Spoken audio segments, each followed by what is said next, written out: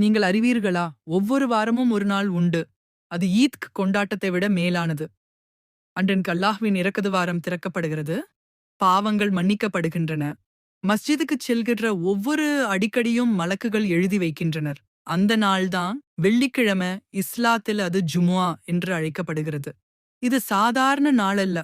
இது ஆன்மீக ரீதியில மிகுந்த மகிமை பெற்ற நாள். நபி முஹம்மது ஸல்லல்லாஹு அலைஹி வஸல்லம் கூறினார், சூரியன் உதித்த மிகச் சிறந்த நாள் வெள்ளிக்கிழமை.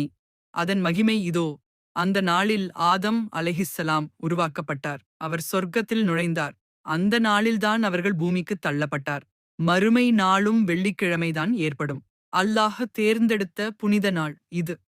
வெள்ளிக்கிழமையின் முக்கிய அம்சம் தொழுகை. இது வழக்கமான துஹ்ர் தொழுகைக்கு பதிலாக இடம்பெறும் சிறப்பு பொதுத்த தொழுகை. குரானில் அல்லாஹ் கூறுகிறார், ஏமான் கொண்டோரே, வெள்ளிக்கிழமை தொழுகைக்கான அழைப்பு வந்தபோது அல்லாஹ்வின் நினைவுக்குத் துரிதமாக சென்று வியாபாரத்தை விட்டுவிடுங்கள். சூரா ஜுமுஆ 69. இது வெறும் தொழுகை அல்ல, இது ஒரு அழைப்பு. உங்களை உலகியலிலிருந்து இழுத்து இறைவனின் நினைவில் மூழ்கச் செய்வது.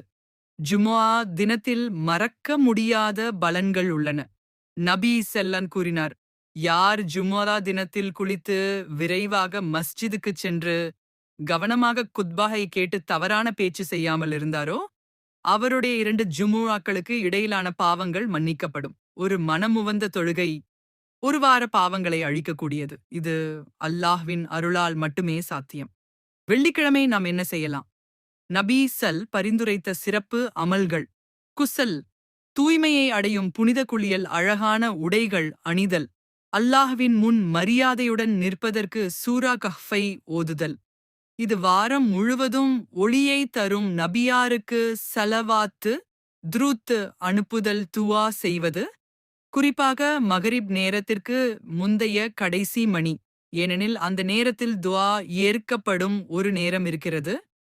வெள்ளிக்கிழமை பூமிக்குள்ள நம்மளுடைய பயணத்தை ஆரம்பிச்ச நாளும், மறுமையில நம்மள மீள கூட்டும் நாளுமாகவும் நபிசல் கூறினாரு.